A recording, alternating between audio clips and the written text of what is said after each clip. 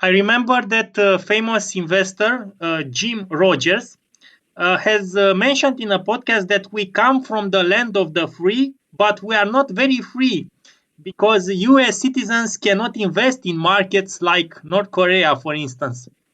You Yeah, have yeah, he's also bullish on North Korea. you have also recently said in a podcast that fund managers from Franklin Templeton have said that Iran is probably the most exciting market for the next decade, but they just cannot touch it. So basically, Amtelon Capital manages the only mutual fund with access on the Iranian market. The only foreign fund. Yes, yes. So I'm asking the local regulator whenever I'm speaking in Iran with the regulator or with the local brokers, are there any other funds that invest on the market, like institutional investors? And they say that there is no one else. The regulator tells us that we are their favorite foreign investor, right? Because we're the only one, right? So it's really early. What we are doing is we are front running basically all the big money managers like Franklin Templeton that will for sure come in the future. But when they come, they will be buying at much higher valuations. So, in the meantime, we have the opportunity to buy all those assets while they're still so cheap. You said that it is really early right now. However, since 2019, Iranian stocks rallied 500% before the 2020 decline, showing strong returns despite the US sanctions. With such good recent performance, don't you think it might be too late to invest in Iran right now? So, first of all, are you measuring this in dollars? I'm not sure if it was in dollars. So it only makes sense to look at things in dollar terms in Iran because, again, the currency depreciates quickly, so everything can go up quickly, right? Even the price of used cars in Iran goes up quickly when the currency goes down. But look, under Trump administration, 4 years of sanctions, the currency went down 85%.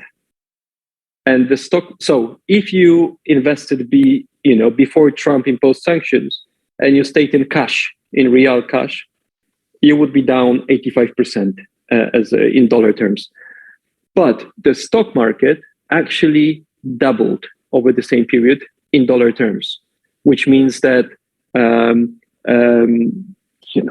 it went up like 15 times in the local currency. Why is this the case? Because earnings went up even more. So earnings in dollar terms more than double. That's why the valuations are right now as attractive as before the big rally that you mentioned that happened in 2020. Why did earnings do so well? Because many of the companies that are listed in Tehran are exporters, are companies that sell at prices benchmarked against dollar prices. So they are either exporters or selling in Iran, but in dollars basically. So some of those companies got hit by sanctions, and the volumes went down when they were exporting to Europe, to Japan, to South Korea. This went down, but many of those companies are focused in the region, and the region is 550 million people with Iran plus all the neighbors. It's like second Europe, and Iranian companies are well placed to export into those markets. Even countries like Afghanistan and Iraq. In those countries, in two countries, you have 80 million people. They don't produce much, but they consume, and most of the stuff they consume, they have to import. Majority of those imports are coming from Iran. The regional import is not affected by sanctions. It has nothing to do with oil, and it's also not easy, to chase trade, that happens between, for example, Iran and Afghanistan, right? So those companies, what happened when sanctions were imposed on Iran? The currency dropped. When the currency drops and you're an exporter, your costs are in the local currency, right? And your revenues are going up with the dollar. So imagine your dollar goes up by 50%. If you're selling everything abroad, your sales are going up by 50%, but your earnings are going up much more because of the operational leverage. So you have companies that were not only naturally hedged against the currency depreciation, but they actually benefited from the real depreciation. That's why you had the stock market, but it wasn't straight line. It was going like this, a lot of volatility, right? But still, earnings were growing fast, and the stock market was the best place to actually hedge against the sanctions for the local investors, against the sanctions and against the inflation, currency depreciation. So now, when to go back to your question, when you look, 4 years ago, what were the valuations? They were actually a bit higher than right now. So now, when you look at the level of earnings, it's even a better time to invest than 4 years ago. So another perspective to have is that, look, Iran was under sanctions of the most powerful, country, the biggest economy in the world for 4 years, right? What happened in the economy? Okay, it was going sideways. It was not growing. The stock market doubled. The profits of many manufacturers, went up massively higher. So, okay, consumers were hit the most. So it was the manufacturing, exporting part of the economy that was benefiting at the expense of the consumers. But if you think that in such tough times, macroeconomic times, the country and the companies, Iranian companies, did pretty well, think about what might happen when things just open up, right? When you have really good times for the next decade, if hopefully will be the case. So that's the exciting part. One thing is the current level of valuations, but then the potential for growth. That's right. However, investing in emerging markets equities usually also means higher risks such as skewness, volatility, tail risk, currency risk, and so on. You said that, for instance, last year the Iranian rial declined 70% before stabilizing. What kind of risk management overlay do you use, and how do you handle currency volatility? So, first of all, you cannot hedge directly.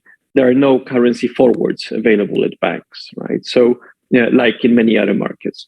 So we cannot hedge your currency exposure. However, you can do it indirectly through the correct portfolio composition. So if you are in such macroeconomic environment where the local currency is collapsing, like you had a couple of episodes when it quickly went down, 50, 70%, then you have to position yourself in the companies that I mentioned, in the companies that benefit from the local currency depreciation. And this is the best hedge that you can find. So indirect hedge through businesses that are essentially dollar assets that just happen to be listed in Tehran. And that's the best thing that we found, and it worked. Sometimes you still experience volatility because very often you get hit by the currency first. So as a foreign investor, you suddenly see, wow, my holdings went down 30% because the currency just collapsed. And then there is some period when the stock market needs to react, right? So the local investors needs to understand, okay, so now we have to start buying those exporters, right? Or whoever will benefit. So there is a lag from time to time. So you can see one quarter, you have a big drawdown in dollar terms, and then massive rally.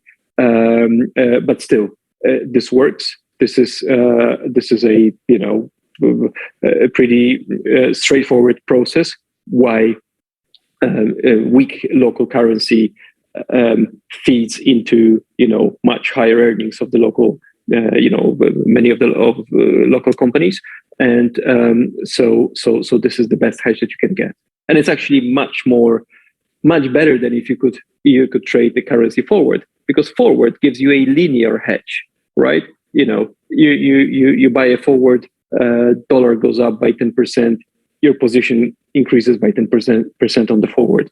It also costs you some money, and companies give you a non-linear hedge, because dollar goes up by 10%, sales go up by 10%, but EPS goes up much more because of operational leverage, and the share price will follow eventually EPS. Right. Can you offer some examples of Iranian equities, individual stocks, which you consider an opportunity right now? And how many stocks do you have in your portfolio right now? So we usually have around 20 positions in the portfolio. We like to be fairly concentrated to be able to focus on each individual position in the portfolio very closely. And we are investing across different industries. So, from the first company that I bought, which was a utility company, supplying water and some gases to petrochemical plants, having all contracts in euros, so hedged against the currency moves, price at less than 5 times earnings, with no debt, utility without any debt, and paying 20% dividend yield. I thought it looked super attractive. Then our best position ever, I think, was a chocolate biscuits producer, which so it's a well-known brand in Iran that is producing cookies, basically biscuits, stuff like this, which were gaining popularity because of the food inflation, and where people could not afford, for example, a big meal with meat and so on. They were, using snacks like this as an alternative. But also they were exporting a lot to Iraq. So 30% of their production was going to Iraq. And they would benefited a lot from the currency, the dollar appreciation, the dollar rally. So, we were buying them thinking that, there was a strong potential for earnings growth. But what happened, actually, it was much stronger than we expected. So, the earnings went up, like 7 times, same with the share price. And we realized that we were actually buying the company at, forward 2 times forward earnings or something ridiculous like this, right? So we have experience in many different industries. Right now we have a position in one fertilizer producer that benefits a lot from high urea prices. We have positions in pharmaceutical companies that benefit from the reform of subsidies in Iran, of the subsidies for drugs and medicine.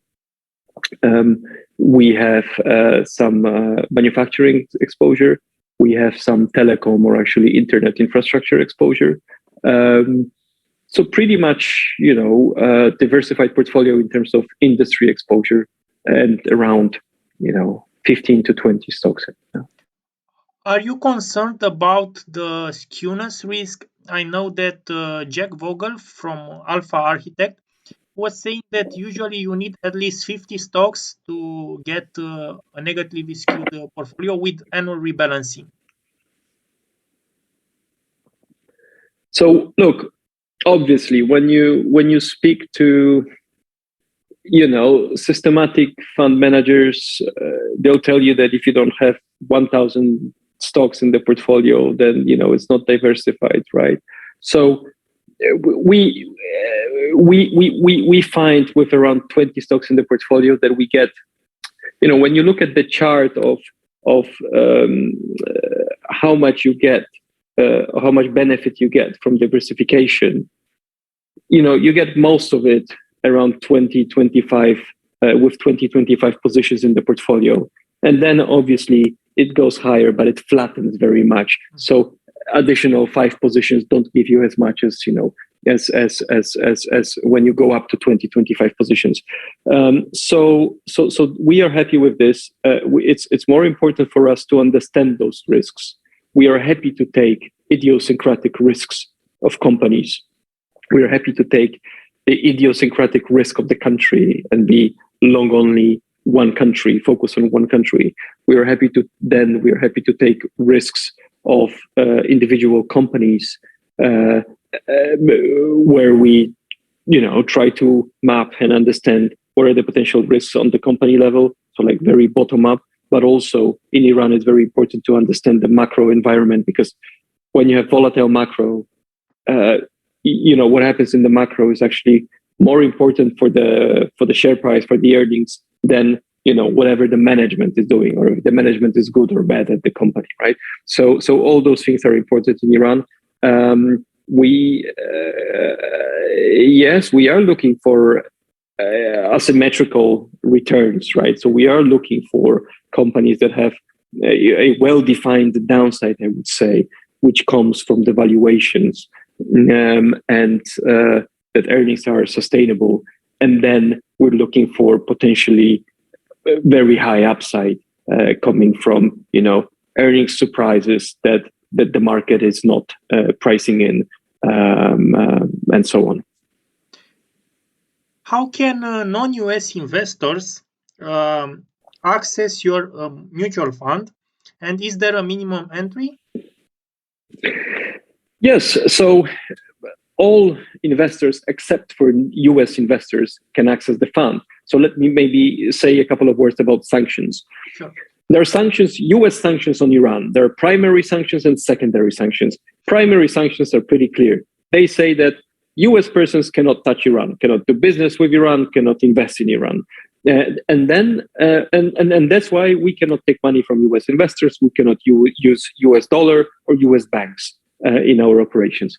Then there are secondary sanctions, which say that not only US persons, but actually no one else in the world should be doing certain things in Iran, like trade oil, like do business with the local energy companies. So there are certain or companies that are on the sanctions list. So there is a sanctions list with several hundred names of individuals and entities that we have to avoid. So we have a special sanctions advisor based in Washington who tells us what we can do, what we cannot do. He used to be the advisor of the National Security Council at the White House. So he advised basically the president. So he's probably one of the best, sanctions advisor out there. We are able to accept investments from investors across Europe, but also Asia. We have, 20% of our investors are actually from Australia. Most of the countries in Europe, we have investors from most of the countries in Europe, from Canada, from Hong Kong, Singapore, Peru. Yes, pretty much across the world. Now, we just have to make sure that we don't deal with US investors and don't deal with companies that are on the sanctions list. The setup of the fund is in the Netherlands, in Amsterdam. So it's a Dutch fund that has an ISIN code. It's easy to buy through our administrator. So it's easiest to contact with us directly. Then if someone is interested, we would put him in touch with the administrator, who is one of the biggest Dutch administrators, fund administrators, who does the whole subscription process. The minimum ticket is 100,000 euros. And this is basically because of the regulatory requirement. We are classified as an alternative investment fund because this gives us the possibility to invest in a country like Iran. But this also, the downside is that we can only market the fund to professional investors. And in the Netherlands, that means that, anyone who can invest at least 100,000 euros. So that's our setup. Yeah. Is it possible to lower the minimum entry amount in the future, like from 100K to 10K per individual, let's say? And I'm asking because I don't know many Romanians, for instance, who have a liquid net worth higher than 100K. However, I'm very interested to invest in Iran, and I think it is an amazing diversifier in a portfolio. But if you have to invest 100K, what do? You take a huge idiosyncratic bet, and then you lack diversification. So how much do you think one should allocate to Iran from his net worth? Let's say the maximum percentage. Okay, so look, a couple of questions there. So first of all, I think it will be possible in the future. We are working on this. We would love to be able to offer, the fund or any other investment vehicle to individual investors, who want to invest, 1,000 or 10,000 euros. So it's not easy because of the restrictions, but I think it will be available. Who knows? Maybe later this year. So I will make sure to let you know. So this is one thing. Second thing about the diversification benefit. The very important thing about Iranian stock market, is that it's not correlated with any other stock market in the world. When you look at the correlation table, when you correlate returns in dollar terms from Iran to correlate them with MSCI World, which is developed markets, MSCI emerging markets, MSCI frontier markets, the correlation is 11, 12, 13%, depending on the time frame, sometimes lower. So it's a very, very low correlation, which means that you have volatility in Iran and you have its own bear markets and so on, but they don't happen at the same time as volatility in the global markets. And it makes sense because what happens when you have a financial crisis, right? A big correction. Well, correlation goes to one, right, in the global markets, and everyone is trying to sell and get money back home. Whereas home, it's usually in the US or Japan, right? So the dollar is going higher, Japanese yen is going higher because the money is going back home, right? When there is stress in the system. That's why everything gets correlated and everything falls at once. In Iran, from Iran, no money is flowing out because no money has ever flown in, right? So there are no foreign investors who will suddenly be trying to get money out. It will change in the future.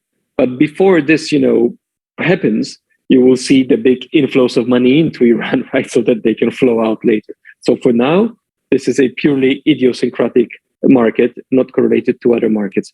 And now, how much you should invest. It's a very individual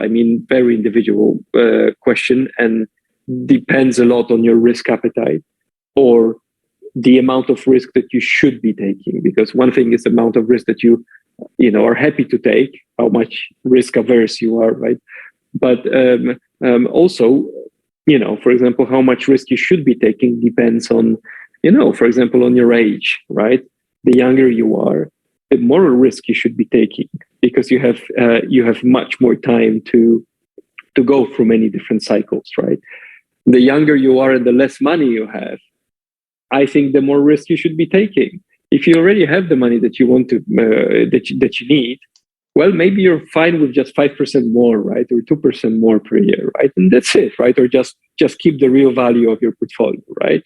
If you want to multiply your assets, well, you want assets with a lot of optionality and very asymmetrical payout ratios, right, that can move a lot. But this is me, right? So obviously it's very individual, right? I love the type of payout profile that Iran offers. It's volatile, right? When you invest in Iran, you have to keep at the back of your head that, it can move very quickly, like 20, 30%, and it doesn't mean anything, right? It shouldn't affect your long-term, right, view and long-term positioning, right? So you have to just be aware. But it can go up 10 times, it can go up 10 times over the many years because there is enough potential for profit growth and for valuation multiple expansion, right? So hard to answer your question with one single number. Let's say you have an invested capital of exactly 100,000 euros right now. How would you invest such a lump sum of money, and would you go all in for Iran if that is the minimum entry in your fund?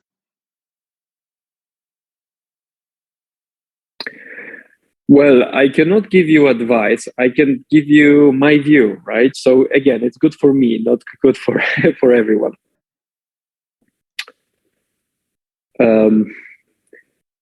When I look at the global markets, I don't see any super exciting, compelling, investment opportunities that would make me invest there instead of investing in Iran. So I'm happy to be focused on Iran with the liquid part of the portfolio, right? On the other hand, I do see opportunities in some less liquid asset classes, which could be, private companies, which could be, special cases with real estate in some places. So it makes sense. But in general, I like niche investments. But so again, you're asking a person who doesn't really like mainstream asset classes, right? I'm looking for things that are under the radar, that are niche, that are not maybe visible to the majority of investors, right? So this is my area of hunting, right? My hunting ground. Yeah, Iran, by the way, looks like a private market right now, so not very accessible by many, let's say, Western individuals. So, We give access, so it is accessible. yeah, this is the question. Would you invest all your lump sum into Iranian equities, or do you think this is crazy? I mean, too high bet. No, look, obviously, investing all your money in anything, in any single asset, is you should say it's irresponsible, right? So if you want to take this risk, it may make sense, but you just need to be very aware of what you're doing, right? I like taking concentrated risk, but when I understand exactly what I'm doing, right? So not like a lazy exposure that you can have to S&P 500 and it's just diversified in so many different ways, right? Or MSCI World Index or whatever. You have to be really on top of it and understand what you're doing and exactly understand your downside that you can experience, and you have to be happy with it. So maybe you should start with this, right? If you have 100,000 euros and you don't mind if in the meantime, volatility gives you a 50% drawdown, because your perspective, you are, 5 years from now, 10 years from now in your head, right? When it comes to, your investment perspective, then buying something that is deep value, like many Iranian stocks, that actually is proven that even in tough times, like sanctions and so on, it has the ability to create to bring profits, then it absolutely could make sense. Yeah, Iran is very compelling. However, the other idea that diversification is the only free lunch we have in investing. So it's a hard decision to balance between diversification and absolute returns. I would be very interested to invest in Iran, but I'm not sure whether I should do it with 100K or wait for, let's say, a lower entry amount. The good answer is that it's best to diversify, right? So as a general advice, yeah. How much are the expenses of this fund? And do you think that the higher than average expenses might be offset by much higher expected returns given the market inefficiency? We charge 2 and 20. So 2% management fee and 20% of the profits measured in euros with high watermark, meaning that if we lose money, then we first have to make up for the losses before we start charging a performance fee. My view, 2% is nothing. Investing in Iran, it's not like buying, again, S&P 500 tracker, right? You need to do all the work related to sanctions check, to operational non-stop solving operational issues. So it's a really hard work. So 2% is nothing. It could probably be justified to charge 4% for something like this, right, or whatever. Right. But where I see where we want to make money is when investors make money. So when we really bring high profits to our investors, this is when we make money as well. That's why we are focused on charging this 20% performance fee. I think I've read in the memorandum that there is also Class A, which has 3.5% expense ratio. Is that still available? No, we're not.